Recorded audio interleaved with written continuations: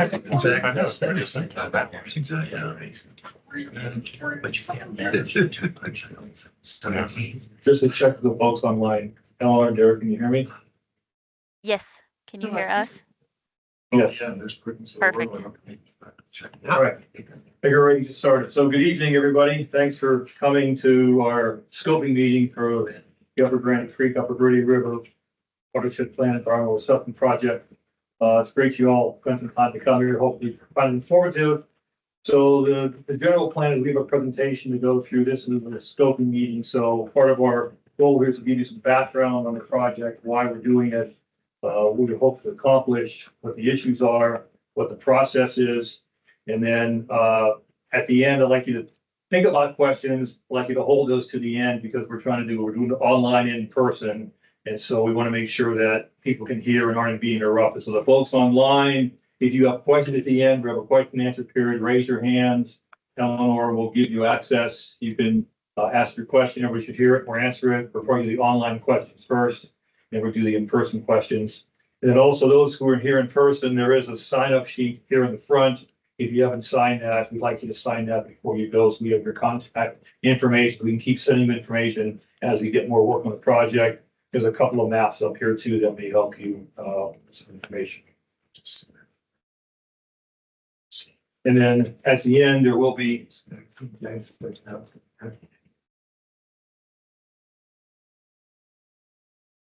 we'll have these question forms here in the room. There's also will be a link in the slides later. It's a QR code where you don't sit here and fill it out tonight. You can just click on the QR code and file it online. So there's multiple ways to give comments and questions, and there's like 4 different methods of doing that. We'll cover that at the end. Next slide, please.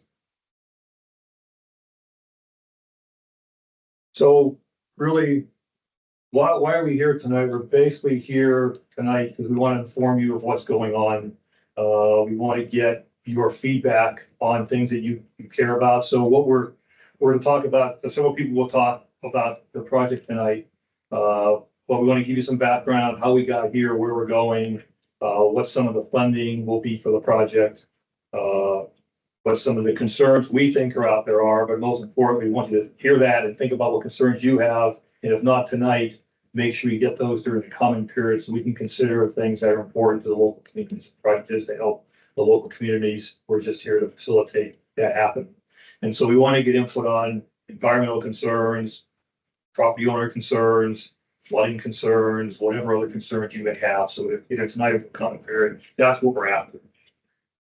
Go ahead. And so kind of who's here? I'm Bob Huzak. I'm with RGA Consultants. We're a prime consultant. NRCS is hired for the project. And then part of our team is we teamed up with Branson Engineers, and Lane will be doing a lot of the presentation here as the project manager. And then NRCS is the lead agency. It's really through their funding that's probably moving forward with the local sponsors, and Lynn's representing the local sponsors tonight. They can introduce themselves when they talk, that way you know the voice and face. But it's a pretty big team. It requires requires a lot of local sponsorship and an NRCS to basically do some of the funding to move forward. So it's a big undertaking, but we're excited to hopefully get these problems solved and make the community a little safer place to live.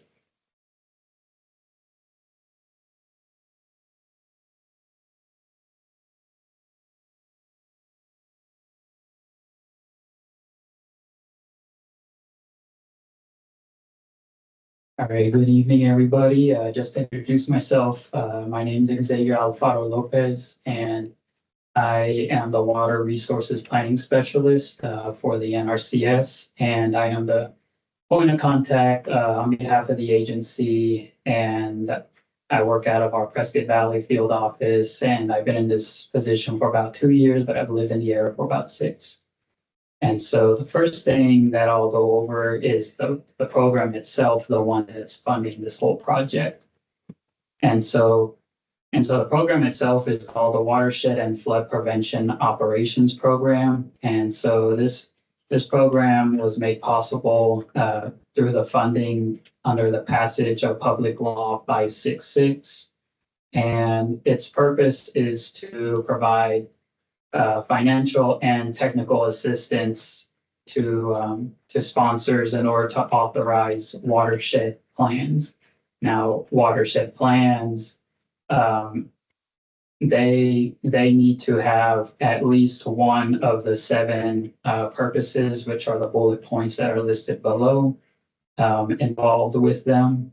For this project in particular, it's the 2 highlighted ones, the flood prevention and watershed protection.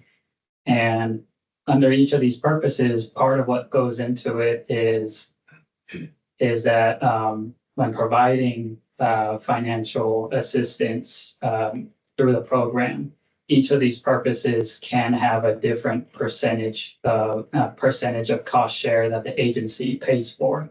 And I'm not going to go over all of them, but just for the purposes of this project, the agency is authorized to pay up to 100% of the cost under both of these purposes. Next slide, please.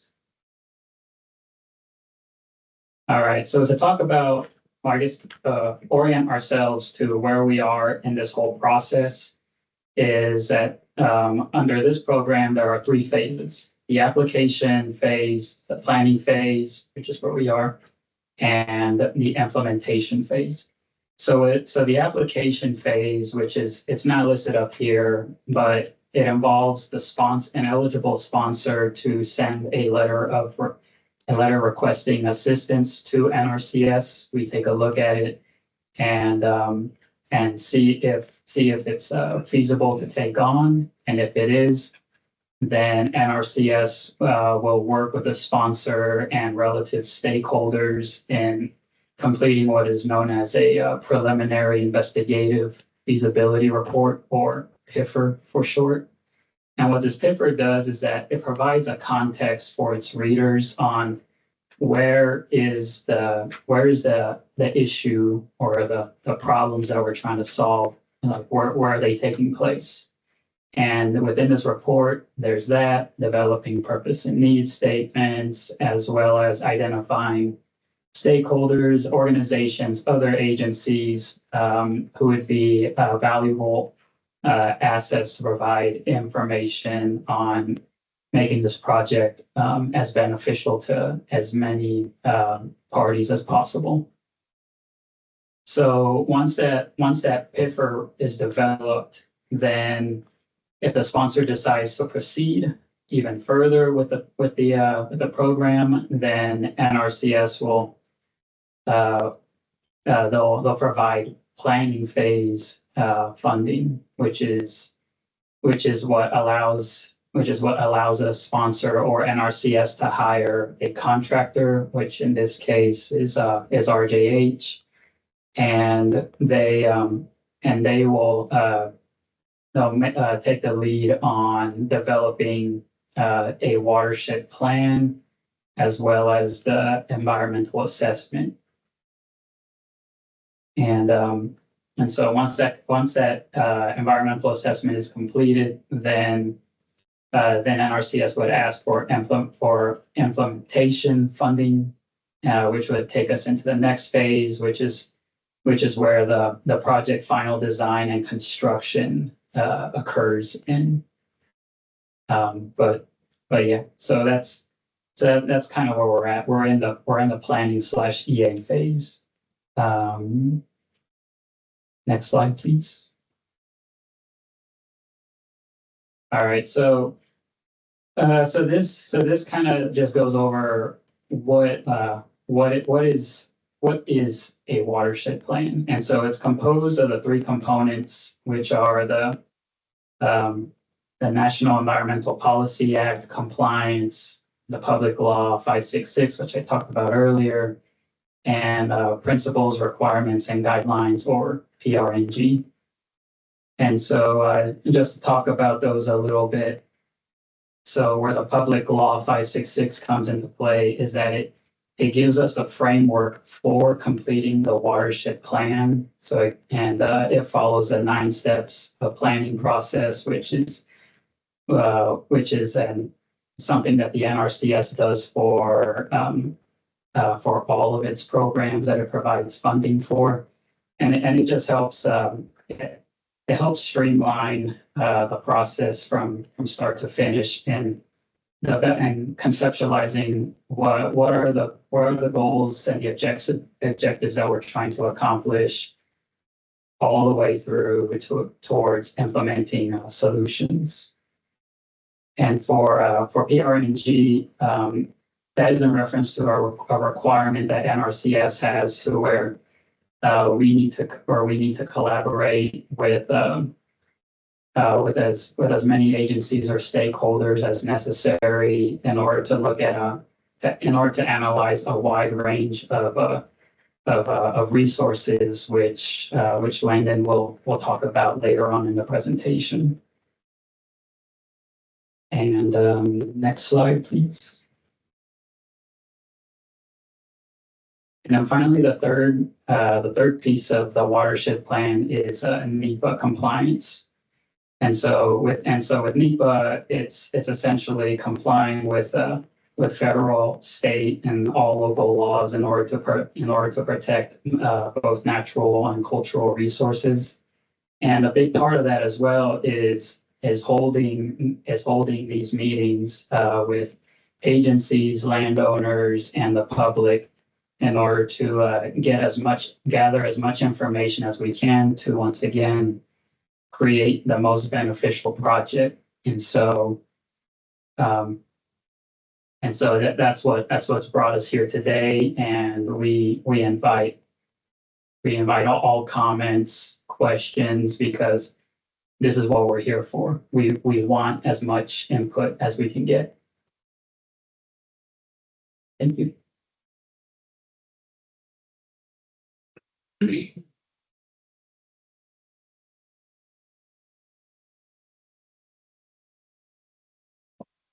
evening, I'm Lynn Whitman. I'm the director of the Flood Control District. We are technically the sponsor, but it is definitely a project that includes the town and the city working as a partnership. We look to this program because we recognize that while we have some very specific projects in this area that need some assistance, we're starting to look at the whole watershed as a whole. So we're trying to look at everything that's going on in the watershed and see what we can address, what needs to be addressed. Let's see. We're looking at flooding. One thing that we'd like to get into is groundwater recharge. It's become very important. Wildlife habitat, and then public safety is always one of our #1 priorities. Next one, please. So this is the watershed. It is the Granite Creek watershed. It's part of the larger Upper Verde watershed. It's the headwaters to the Verde River. Like I said, the primary purpose is for flood prevention. Watershed protection is considered a secondary, but it's also part of flood protection. Flood protection is the other way. We've had some very severe flooding in some specific areas frequently. The frequency has increased. Sometimes the flooding has increased. And so that was the initial trigger for this. We've got a lot of residential and agricultural lands in this watershed that we would like to protect. We do have some areas that are flooded for long periods of time. We did have, many of you probably remember in March of 2023, we had a declaration for a flooding emergency, both through the county and through the state. So.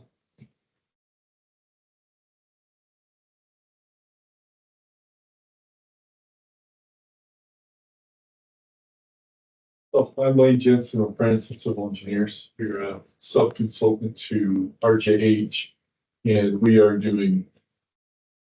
preparing the plan and doing the actual NEPA document, as Xavier talked about. So this map shows the Chino Valley area, and two of the main sites that we're looking at is the Cemetery Draw and the Perkinsville Road crossing. We'll show some pictures of some of the flooding, try to get into a few more details for those areas. There's also some areas up in the Westfit area that we'll be looking at, as well as the watersheds. Next slide. Lynn mentioned some flooding in 2023. Here's some photographs from 2023, 2020, and 2006 of some of the flooding. But you can see these are the Perkinsville Road area. In this area, when it floods, it can stay flooded for weeks. And that prevents access to east side of the valley, as well as like the Haystack Ranch subdivision, agricultural lands, industrial land. And one of the major issues is there's not emergency vehicle access during these flood events. So that's one of the projects that was identified during the PIFR project. We're looking beyond this. And then there's a copy of the governor's declaration that we mentioned. Next slide, please. These are always fun photos. So these are during some of the same events for the Perkinsville Road. One of the reasons we see the flooding on the Perkinsville Road is that Watson Lake and Willow Creek Lake get completely full and they spill. It's completely uncontrolled. You can see how much water is going over not only the spillway, but the entire dam. There is that much water. So once that happens, you have no control. So Watson Lake, Willow Creek Dam, there's water quality issues in the reservoirs that need to be addressed. So there's problems to be addressed in the reservoirs, but there's also solutions that are possible at using these lakes. So we're looking at both of those. In addition to the reservoirs, there's also another area up in Prescott that we're looking at, which is the Willow Creek levee. The levee does a good job of keeping the water in Willow Creek and getting it to the reservoir. Unfortunately, there are areas, sub watershed areas, that the levee prevents the water from getting to Willow Creek, thus causing some areas to flood. So we're going to be looking at that, seeing what might be done in that, and probably other areas that might be in the Prescott area to look at from a flooding perspective. Next slide, please. Then we also mentioned the cemetery draw. You'll notice in these pictures, there's no channel. So like FEMA has not identified a floodway through here. It's just sheet flow. It slowly concentrates. And unfortunately, it concentrates and comes into a neighborhood. The neighborhood that's north and east of the roads right here. Juniper Road and Pepper Tree Place. And that subdivision floods anytime there's a major flood event. So we're looking at how we might prevent that flooding. It's an area that we're focused on. We'll talk a little later about some of the ideas, preliminary ideas for taking care of some of these issues. Next slide, please. Lynn mentioned that one of the purposes is to look at groundwater. The state created an active management area for this watershed when it noticed that the groundwater levels were dropping rapidly. There was more water being removed from the aquifer than was naturally being recharged from the aquifer. Unfortunately, that situation still happened. And so it's groundwater mining. Eventually, there won't be the groundwater. Sure, many people have heard of wells going dry. Water level in wells getting lower.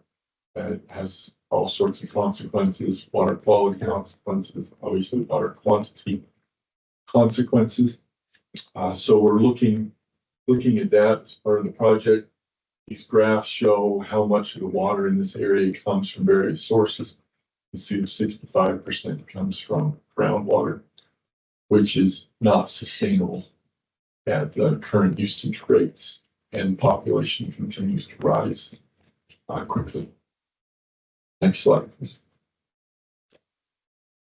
We're also looking at various resources, endangered species. One of these, not the only animal that we're going to look at, is the pronghorn antelope.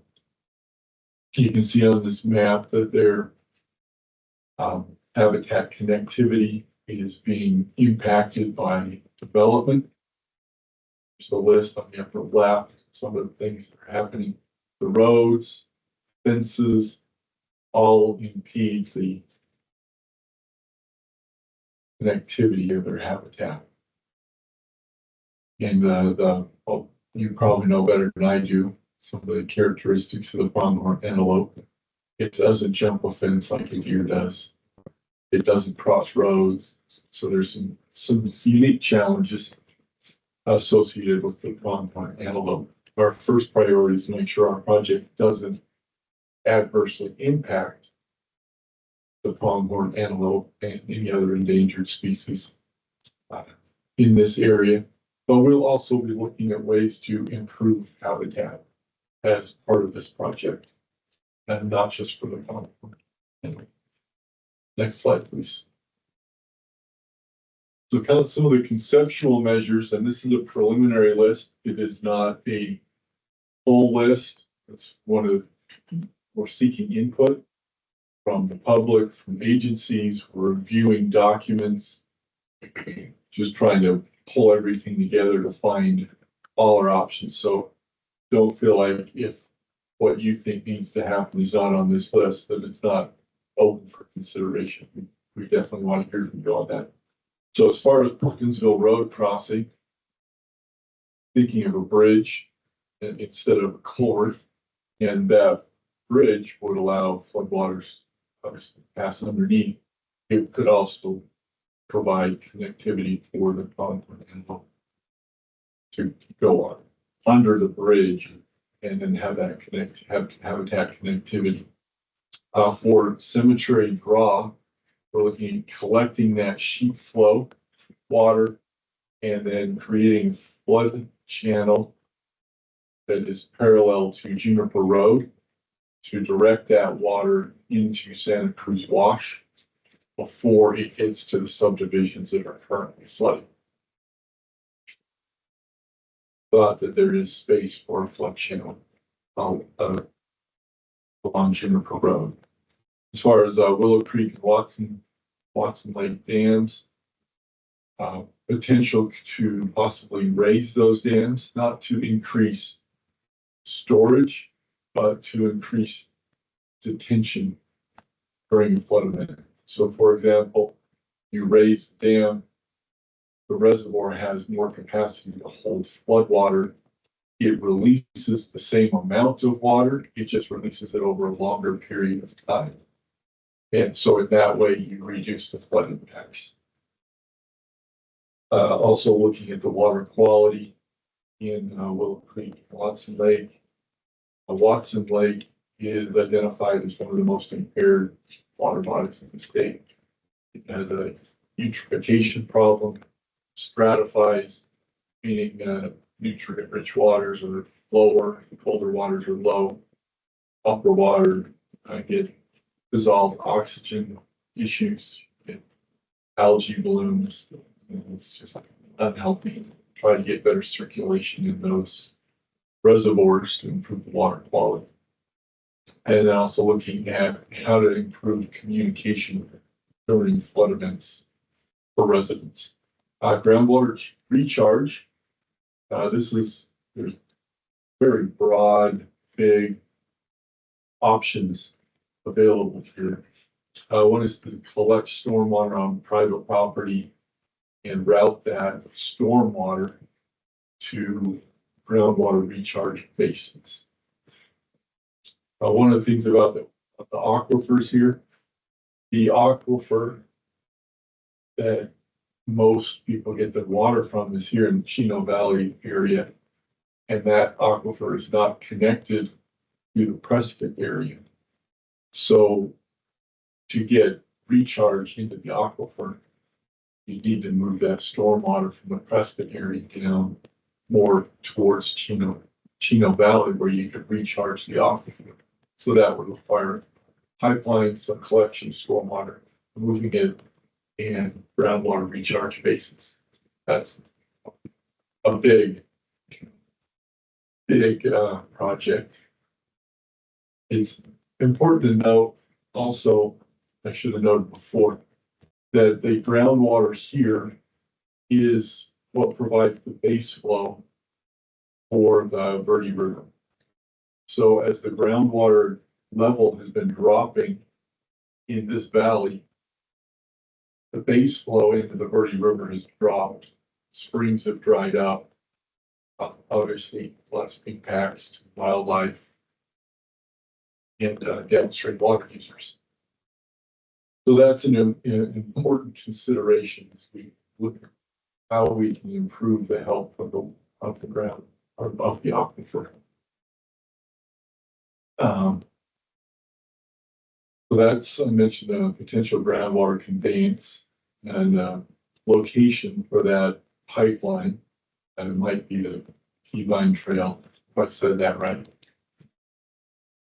There's also other large land treatment methods that can improve groundwater recharge, improve habitat, improve vegetation. One of these is microtopography. That's where you go in and you basically create a very rough surface that has depressions and mounds so that the stormwater is actually detained where it falls as rain.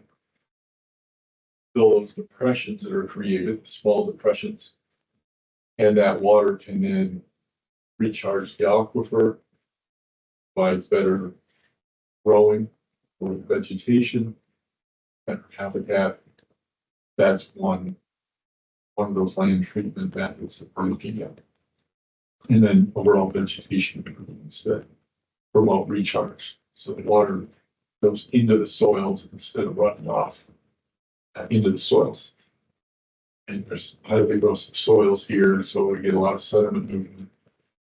You have better vegetation. It keeps the soils in place. A lot of benefits associated with that. Wildlife habitat is, as I mentioned already, trying to create those corridors that onward antelope can use and overall improving our habitat. And then surface water quality would be better mixing in the reservoirs. And City of Prescott has already entered into an agreement with the U.S. Corps of Engineers to do a study on that. So we'll be coordinating with them on it. Next slide, please.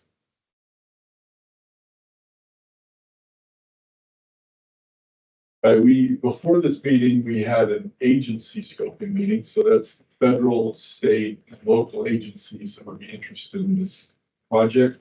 And we talked through the various resources that we want to study and analyze in this plan. So we went through this list here and identified which ones would be analyzed, which ones would not. Vast majority of these will be analyzed in the planned environmental assessment, other than items like there's coral reefs. Obviously, there's no coral reefs here, so we won't be studying coral reefs or coastal environments.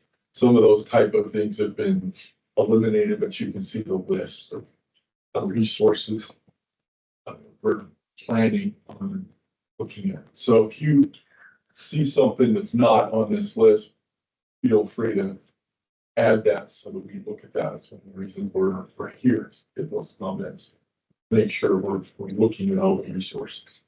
that could be impacted by this project. Next slide, please. All right, so the next steps. Mentioned we're just at the beginning of this process. We're collecting and reviewing comments. It's the purpose of this meeting. We will next, after we collect those, we start identifying alternatives. And I mentioned these land treatment options, watershed level options. And that's, so we need to talk to the landowners.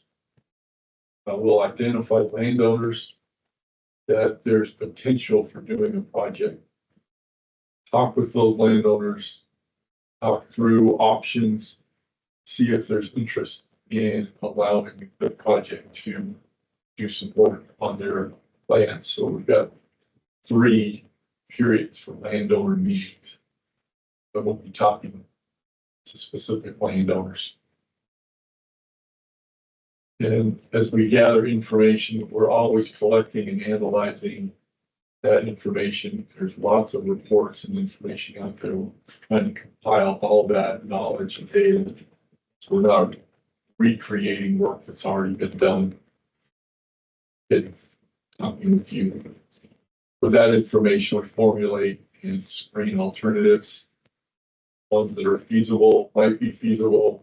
We even identify ones that are clearly not going to be feasible, but we're trying to identify everything.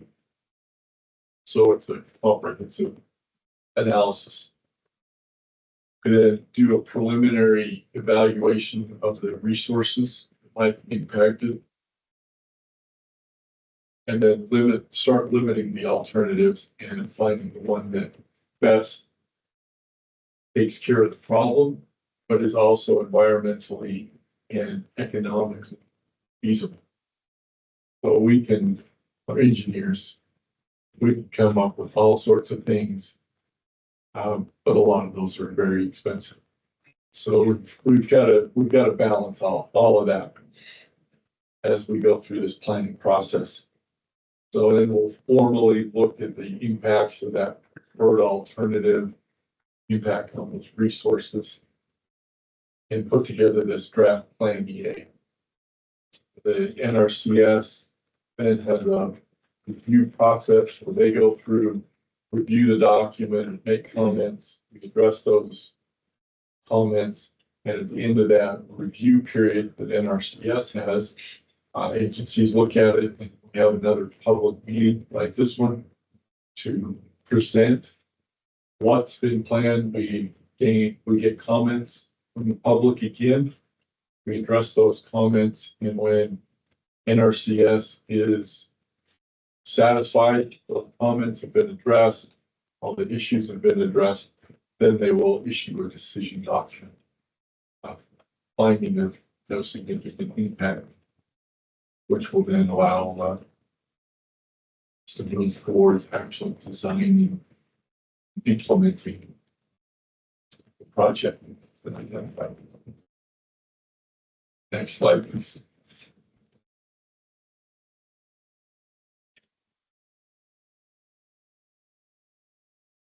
Here's a list of ways to submit comments. After this, we're gonna have a chance to ask questions tonight, but formally, if you want to submit a comment, there's probably the easiest way, and people in the room, there's these forms up here in front. You either fill them out and leave them, or fill them in and mail them, or click on the QR card and it will give you a link to the system, or you can go on to the Flood Control District's website. There's a link to this project. Here's some information you can see when you go on to that website, and then there's information there and a place to fill out the form. Or you can email them directly. These slides will be posted on the county website, so all this will be available here in a day or two. Just gives you time to get up there, but also those available. You can email them to Eleanor, who's kind of coordinating the activity, or you can send them the old-fashioned way by US mail, whatever works for you.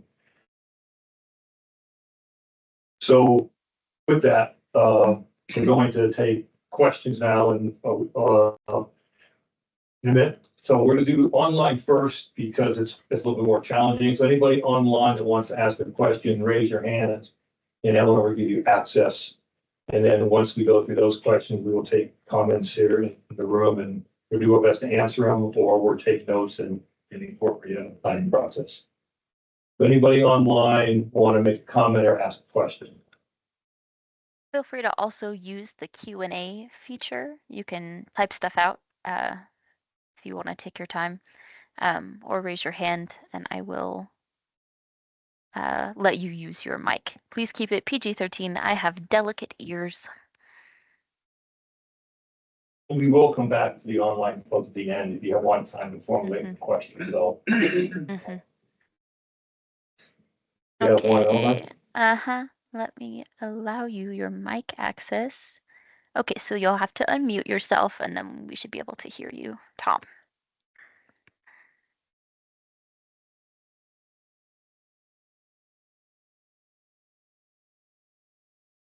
Looks like he's still muted. Yeah, you'll need to unmute yourself.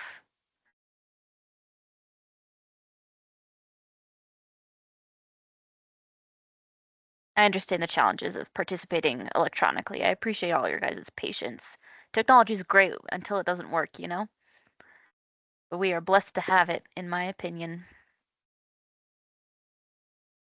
We're having a hard time hearing you, Tom, so as soon as you get that figured out, go ahead. If anybody else has any other questions, feel free to submit them in the Q&A. I will see them. Let's see.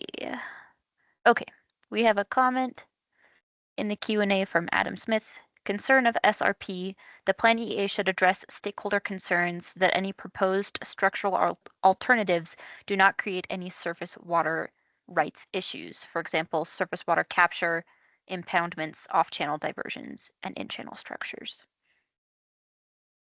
Yes, that's a good comment. The team's already talked about that in some detail about the impact of any kind of surface water improvement. Yes, absolutely. That is something that will be considered and will be thought about how it affects surface water rights and water rights in general. Thank you for that.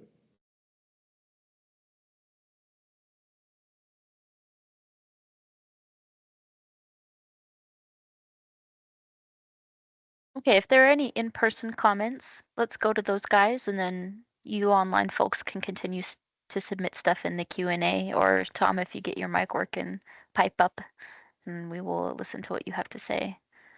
But those in the audience, if you could raise your hand. My first question was, So let me give you this so everybody got one online can hear you. hi, my first question was, said I think so. My first question was, is this presentation available online if we check into the city website? If we want to show it to other people? It will be posted, yes. Okay, It's a day or two to get it up there, but it will be on. It'll be on the county website, though, the underfoot. okay, and I had one other question, recharging the aquifer. I was just wondering for my own knowledge. Can you give a figure around this area here, how deep the actual aquifer is and how you recharge it? And how long does it take to recharge it with surface water? I'm sure this is really complicated, but it seems kind of interesting. It's a complicated question. We're just starting the process. I don't know if Elaine has more details, but it does, it depends on the perimeter of the soil. So you put on the surface, if the water table is down 10 feet versus 100 feet, it's a big difference how it flows through.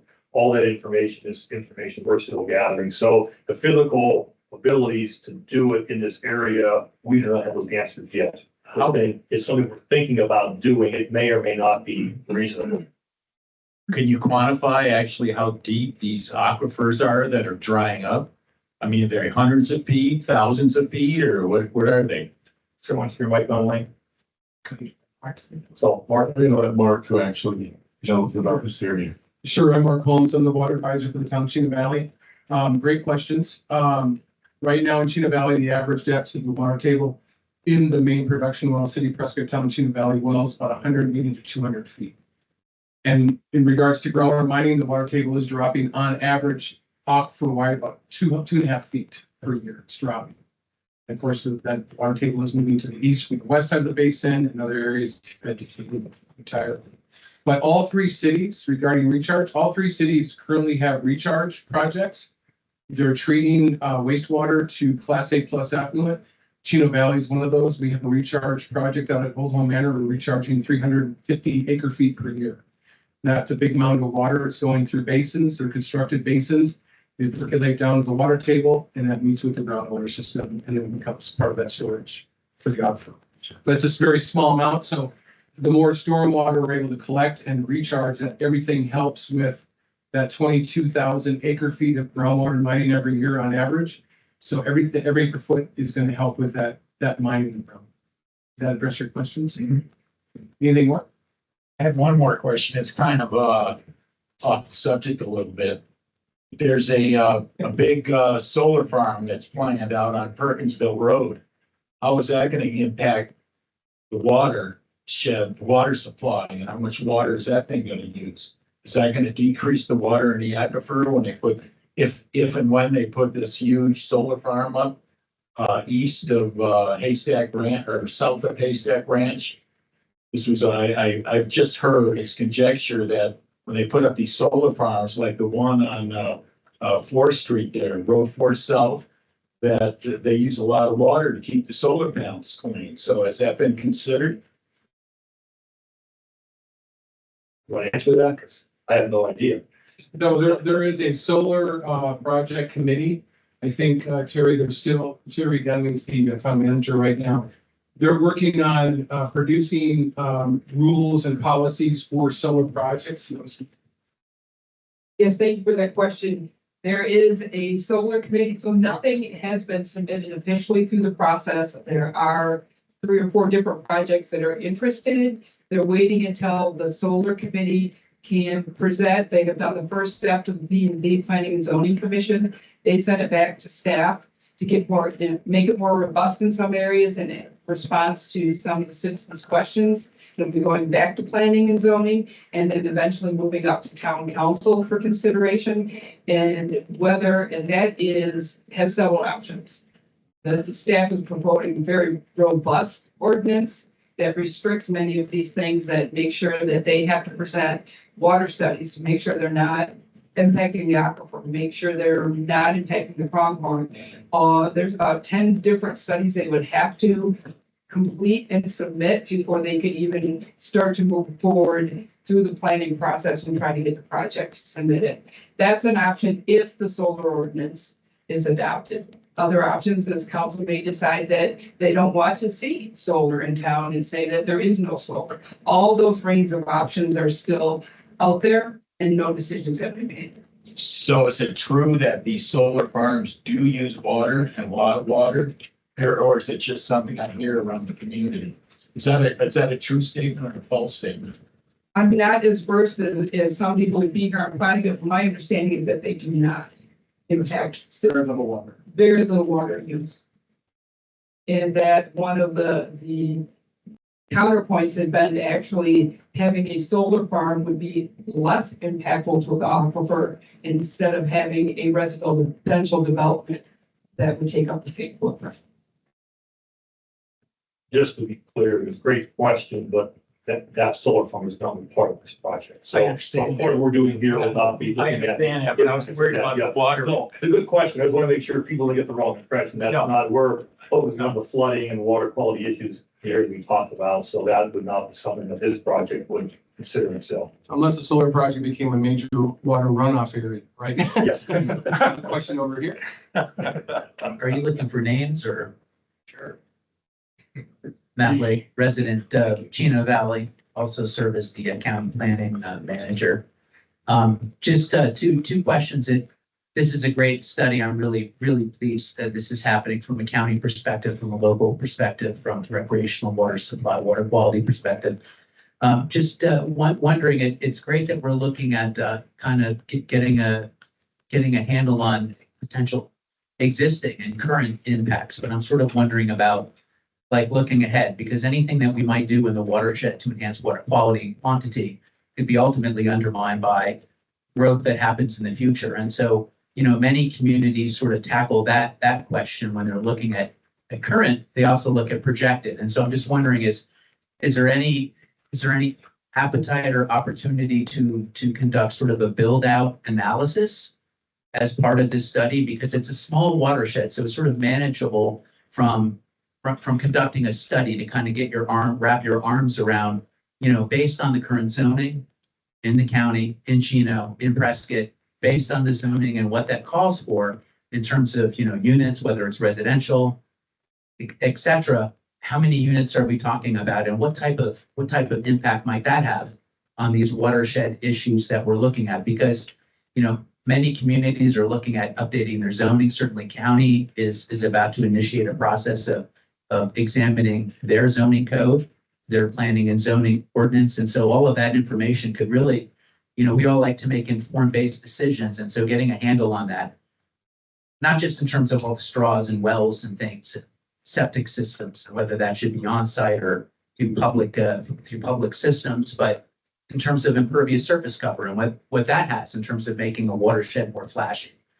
And as a person who's involved in planning, like what we know is typically what we see happen is once 25% of a watershed it becomes impervious or developed, that water quality rapidly plummets. I don't even know if we know like where we are today and where we are projected to be in 10 and 15 years. So I'm just kind of curious about like what opportunity might be with this study to sort of project ahead and do a build out analysis.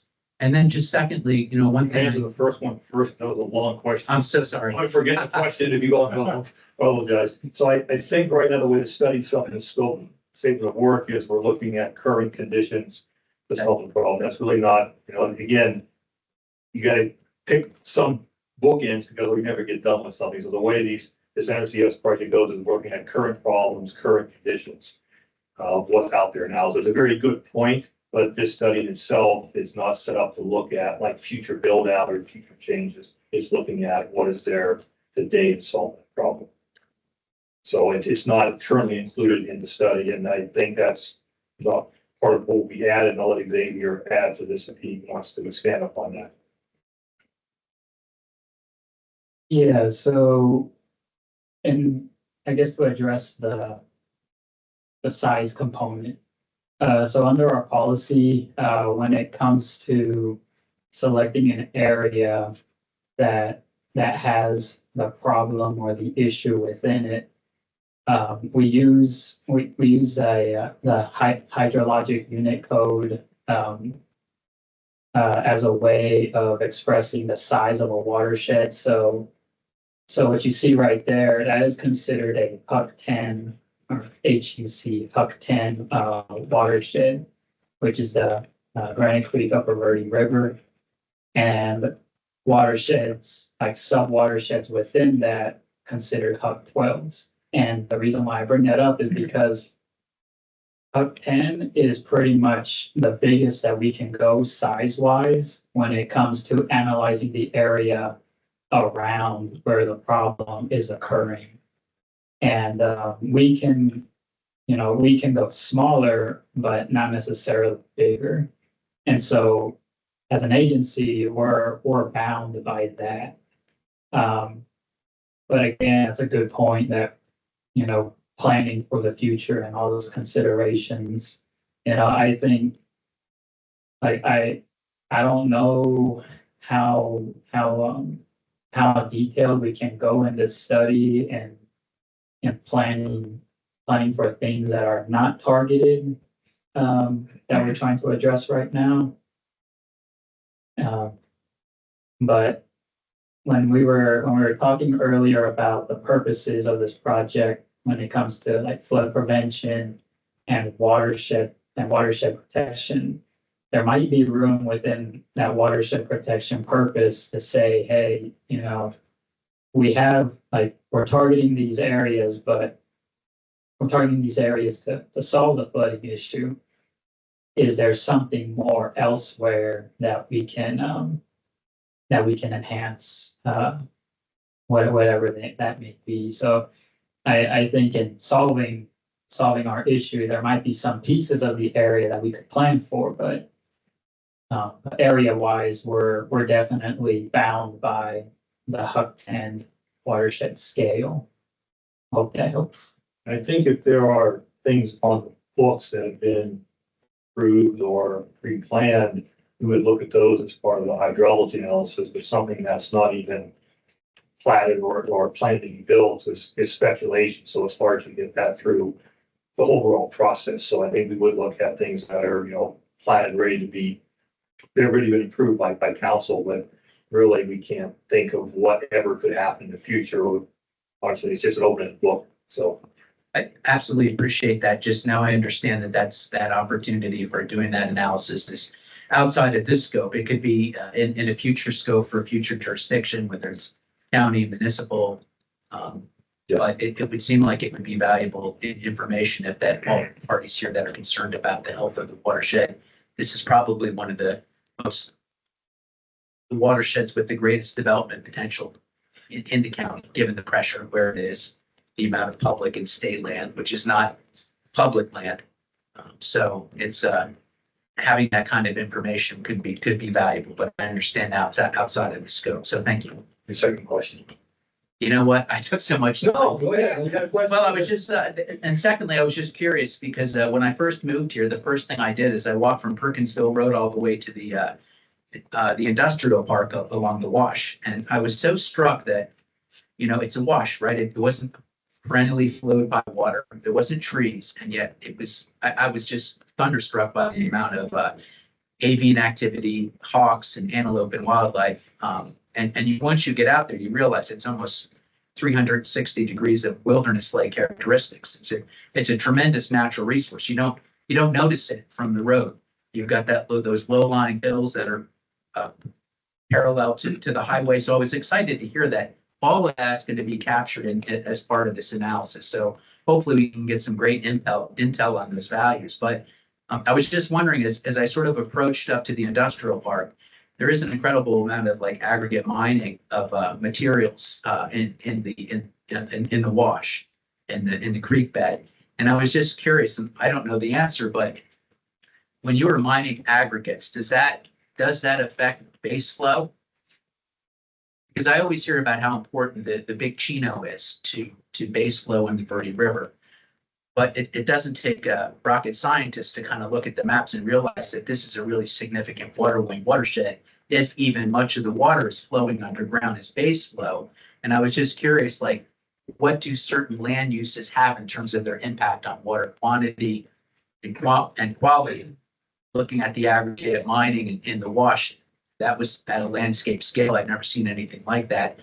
Does this study look at the impact of land uses like that on quality and quantity? It doesn't go into looking at, current land uses are considered in our evaluation of hydrology, but how those current land uses affect the overall watershed are not looked at specifically.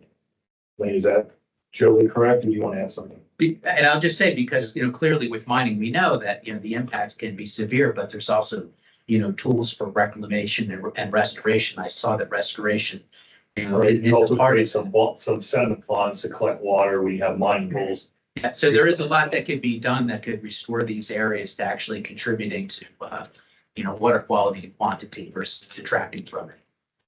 So one of the challenges is for us is to look at array of alternatives at a high level, and then also they'll require, this is all private land, is landowner involvement. So we may get a solution that may affect this property, but the landowner doesn't have interest. And so, we obviously private property rights aren't going to force it on the landowner. So a lot of things to brainstorm and come up with ideas for, and some may look really good, but aren't implementable. So our goal is to come up with a project that, looks at these resources, minimizes impacts, hopefully improves some habitat, but solve the problem.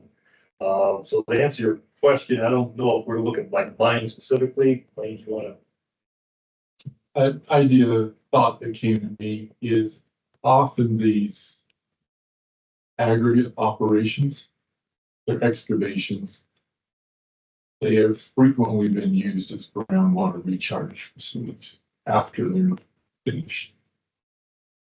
It's So that's exactly the something opportunity I was thinking about. idea that it's been used that way in many other places. But there's geology you have to look at, soils you have to look at, there's a lot of complicating factors. But that's something that would be identified. Yeah, we would look at what their current reclamation plan is and see if that would be compatible with something long-term, or if maybe there's an opportunity to modify their reclamation plan to maybe use that for something else. That would be okay. At least at a high level. You use land that's already disturbed instead of disturbing land that hasn't. Great responses. Thank you so much. For the Watershed, there's a question. One here and then one in the back. Thank you. My name's Greg Murray. I live in Prescott. I have a couple of comments and there's a question in there too. First of all, I'm part of an organization called the Central Arizona Wildlife Alliance. And one of the things that we've been doing since last spring is collecting a lot of spatially explicit quantitative data on wildlife sightings, especially of pronghorns. So those are, if anybody's interested, I can help with that effort and provide you with summaries of those data and so forth. What we're interested in is connectivity, wildlife habitat connectivity, and because pronghorn are so iconic here and in such trouble, that's what we have focused on first. So it's a citizen science project that's ongoing. We have a lot of data that we've been collecting. Secondly, I just wanted to make the point that Granite Creek below Watson Dam is an ephemeral stream now. I mean, we call it a wash, but it's actually a creek. It's ephemeral now, but at one time, before the construction of those dams, it was intermittent or even continuous. And so there's a lot of riparian habitat along there that has been lost because of interrupting the flow, after the construction of those dams. There are a bunch of amphibian populations along there that are barely hanging on. I'm wondering whether in the part of this that is about flood prevention and wildlife habitat enhancement, whether there is a consideration of restoring some of that flow along lower Granite Creek, that is below Watson Dam, as a means of preventing flood damage, because that the idea that somebody would propose pumping or allowing the water to flow in a pipeline below the Peavine Trail directly to the recharge facilities seems to me to miss an opportunity to actually enhance wildlife habitat along there by allowing it to flow more often and not to overflow the dam. Is that a consideration too? Two things. I'm gonna let Lane think about that one. In your first comment there, if you do have data on sightings or habitat movement, that would be great to have. Okay, And you can collect that and just email it or get it to the email address here or get that to us. That'd be great to have, because that would data that probably we can't get through a record research. We know it's being collected essentially as we speak, except not after dark. Right, and that would be helpful if you could get that. Lane, you want to answer the second question? So as I mentioned before, we're trying to brainstorm, really look broadly at the problems. So while we might look at a pipeline, we also look at, well, is it feasible to put it in the creek? Can we accomplish multiple purposes? Wildlife habitat, groundwater recharge. That's ideally what we want to do, is accomplish as much as resources as possible. That's it'll be part of the analysis. But as you know, water rights are a big issue, and so maintaining base load is some of these water rights that they're having to use. So that's another consideration too, is, if we wanted to do that, do we have the water? Because again, we're trying to stop flooding, which, there's no water and it peaks and it goes away. So that's not base load.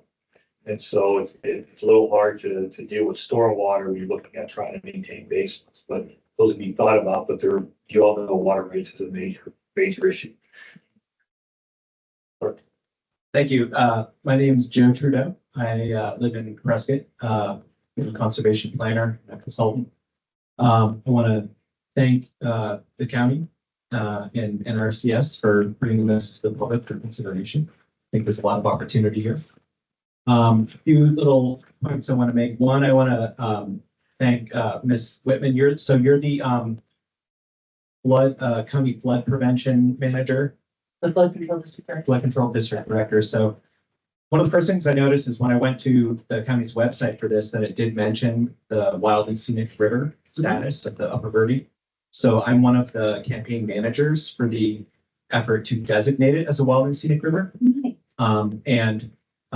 So a little bit of a correction, it's not a designated wild and scenic river yet. We're actually working on that, working with Senator Kelly and Representative Eli Crane to introduce bipartisan bicameral legislation to get a bill passed. But it is great to see in the introductory statement on the website that there's acknowledgement of the potential status of the Upper Verde as a wild and scenic river. So thank you for acknowledging that. I also want to back up what Mr. Blake said, which gives me a lot of, makes me feel good about our planning manager in the county, that he's thinking about these things. The impervious surface aspect here is significant. Right now, there's already, in my estimate, 15 to 20,000 additional houses that have already approved in Prescott alone within this Hub 10 watershed. So that would include Deepwell Ranch, Arizona Eco Development, and a few other sites. That doesn't count anything that's Wildcat subdivision in the county, and that doesn't count anything that Chino, the town of Chino, has approved. So it's probably safe to say that there's 20,000 plus houses that are already approved that will be phased in the coming decades. That's going to dramatically increase the impervious surfaces and exacerbate the severity of floods along Granite Creek. So I think that's a major driving factor hydrologically here that deserves some degree of attention. And it's good to hear Mr. Jensen suggest, or perhaps as you, sir, that suggested existing platted homes could be considered in the analysis. And I think that's something that I would encourage the engineers to look at.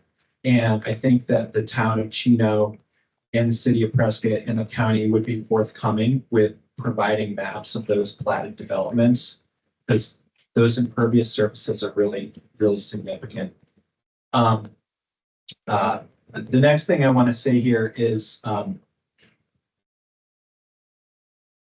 this is a very civically engaged area with a lot of, there's several different small citizen organizations and nonprofits represented here.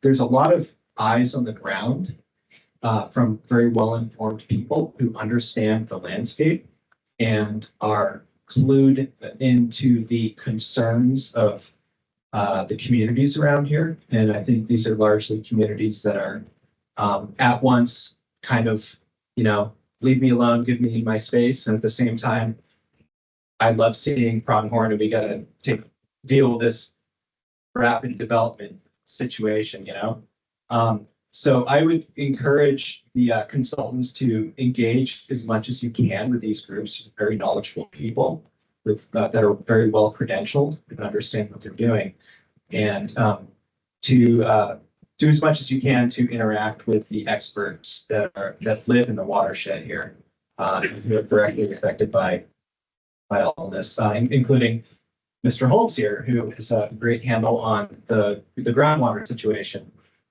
So yeah, I just want to say thanks, and I'm going to submit written comments and look forward to future engagement. Thank you. Appreciate that.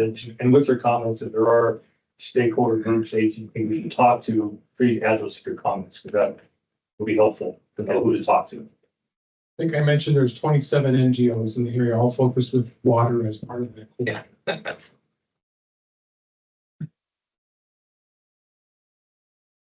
I'm going to chime in really quick. We had Tom Sands put in a comment in our Q&A. He said, I represent the Citizens Water Advocacy Group here in Yavapai County. We are concerned about the reduction in base flow in the Upper Verde River and its resultant impacts on the wildlife and riparian growth. We also applaud the study of capturing excess Watson/Willow Lake water and recharging it back into the aquifer as a way to reduce the rate of which the groundwater table is falling. We will be submitting written comments. Thank you. And then Kyler Olson, one of our team members, threw Mark Holmes under the bus and said, please have Mark Holmes chime in on the base flows of Granite Creek. So do with that information what you feel. Go ahead, Mark. Okay, base flows of Granite Creek, obviously, we have a dam at Watson Lake. It was built, I think, the early 1900s. So really, there is no real base flow of Granite Creek. However, at the Granite Creek location near the Upper Verde River is the discharge point for the Big Chino subbasin, which is in the Paulden area.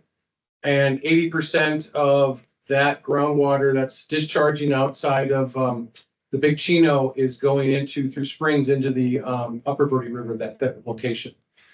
20% is base flow that was historically coming from the Little Chino, but as we've discussed numerous different dynamics, proliferation of wells, a number of other things, we have groundwater mining, and so the Del Rio Springs, which were the original headwaters to the Upper Verde River, they are just a wet spot. They are not flowing now, so the groundwater's been impacted enough where the Del Rio Springs.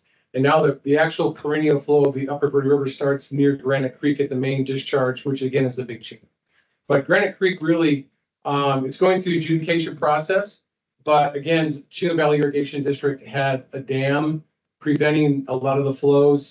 They were coming down when they were released from the irrigation district, going to flood the irrigated fields of the irrigation district. So, but we've had a dam that's prevented a lot of the flows. To call it intermittent or a perennial flow of Granite Creek would be a misnomer because of the dam. So I hope I've answered that question. Yeah. So I'm Michael Bird. I'm the executive director for Prescott Creeks Preservation Association. And I just wanted to introduce myself as one of those 27 representing one of those 27 organizations. We have worked with the city of Prescott and Yavapai County on water issues and water quality issues for a decade or two at this point. In roughly around 2010, 2012, our organization led a planning effort to really start getting everybody talking the same language and understanding our surface water quality issues. And I think we've seen a lot of good come out of that. This project may be one of the long-term things that has come out of that effort. So we applaud the county and the other entities who are partnering together with this for taking these steps. And we look forward to working with the parties, providing information as we're able. We also operate a nature preserve just upstream from Watson Lake. We're working with the city of Prescott pretty closely on management activities, and we've been a party to some water studies, so we may be able to provide some insights into some of the proposed actions there. And then I think similar to some of Mr. Blake's comments, my mind keeps going toward policy. I think broader policy are going to be some of the things that as a watershed community, we really need to address some of these issues on that policy level. My understanding from what's been presented today is that that's not a primary component of this type of project. But if some of these actions can include policy recommendations to our municipalities and the county and other entities, I think that's going to really pay long-term dividends. So I'd like to see some way to kind of work that into the conversation along the way. And if I may, I think we talked briefly about we are waiting for grant funding to update our drainage design manual. We're going to make it a countywide document, and we will be looking for input. We want to be able to make some of those policy changes if the board has the uptake for it. But I think they're leaning that way. They're definitely seeing transition. Of course, we're about to change boards. We're about to get 3 new board members, but I think So thank you very much. politics comes into all of it. Yes, it does.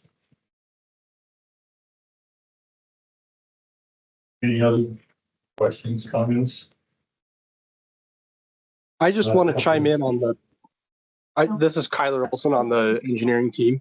I just want to chime in that policy can be included in the non-structural part, the non-structural alternative. But we can provide some policy recommendations as part of that non-structural alternative. Thank you. So just to help, so part of the process, we look at a no action alternative. What happens if we do nothing? We look at what's called non-structural alternative, which is policy or things for building structures, then we have structural alternatives. So thank you for that. That's a good point. There's a way to include it in the good non-structural type part of this process. So we want to make sure that if you have, there's a sign up sheet here, you can sign that. That'll make sure you get information as things come up. We're getting public engaged. Make sure you have your contact information, make sure you send it out to you. We have the comment form, the QR code, so please get those in. The notes here say December 20th. Theoretically, that's a cutoff, but you know, if we can get everything in the 1st of January or first week of January 3rd or 4th, all like they're coming up, people are busy. If we can get any formal comments by that period, that'd be helpful. Not that at the end of the comments, we're trying to get all the input up front so we can take the study in a direction that meets everybody's needs. We have other periods for public comment as we move forward, but you can get those comments into us by that first week in January. Mostly because if you give them the 20th, we aren't that working much the end of the year, so they're gonna sit there, so you want a little more time. Thank I'll you for chime your in time also tonight. really quickly. If discussion. you signed, sorry, I'm gonna chime in really quickly. Sorry, Bob.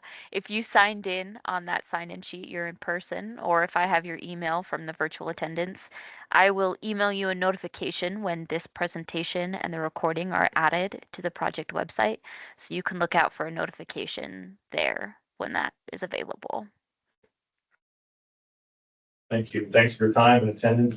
Great discussion. Appreciate it. Forward to a successful project that solves these problems. We got a lot of snacks, so take some on the way out. Help yourself.